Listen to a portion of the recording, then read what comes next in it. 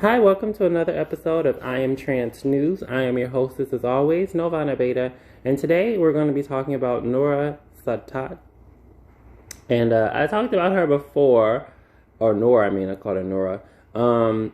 And she's a trans woman who was living in Malaysia, and she was facing a lot of charges for being trans, because in that part of the world, you cannot present yourself as a trans person, or you will be arrested and you already know assaulted and all that horrendous stuff. Okay, so she was lucky enough to be able to afford to get her some citizenship in Australia, and now she's currently residing in Australia. Now, I did do 2 videos on this before. Now, this is some new information that I just found out, okay? That she actually has some adopted kids that she left behind in Malaysia. So I'm going to fill y'all in on this update, okay, that I just found out about, okay? So without further ado, make sure you hit that like button and make sure you subscribe. Without further ado, I'm going to go ahead and read some of this article for you, okay? It says here, Noor also said she's distraught at being separated from her adopted children, who she left behind with her family in Malaysia. She's quoted in saying, "I've never been separated from them in the past, but this year I was separated from them for 8 or 9 months," she said. "I couldn't contact them or talk to them." She went on, "I don't think I'll ever go back to my home country."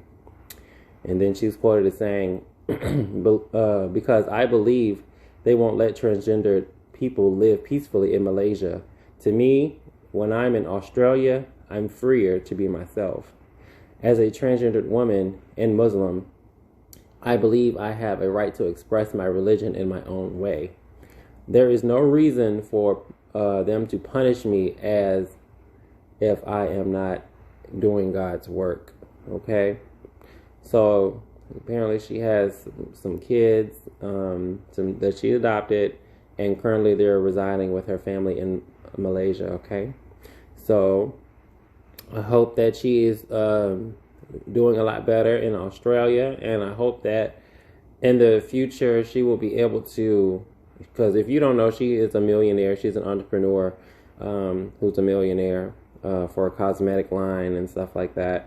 So she has the means, but I'm sure you can have the means, but you also need to have documentation, paperwork, etc. So I'm sure she's probably working on that now so that she can get her kids. I hope that's what she's doing. I don't know for sure because it definitely doesn't mention it in the article. But I wish her the best. I wish her and her family the best.